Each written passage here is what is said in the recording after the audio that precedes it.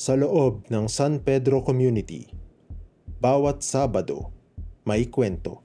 Since magkakaroon na tayo ng nomination, Big Brother binibigyan ko po ng 2 points kasi hindi niya binalik yung ID niya sa admin team.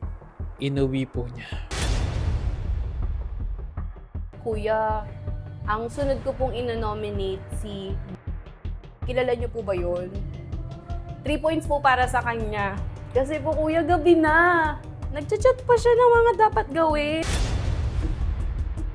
Gusto ko lang pong bigyan ng 3 points. Kasi during nung fellowship namin, during the birthday salubong of Jazz, nag-work pa din siya. So, gusto ko lang po bigyan ng puntos po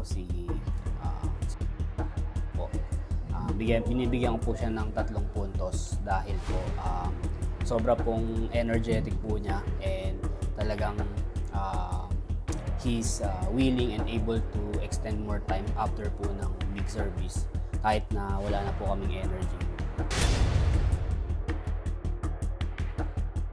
Big Brother, binibigyan ko po ng 2 points kasi pinilit niya ako mag-shoot.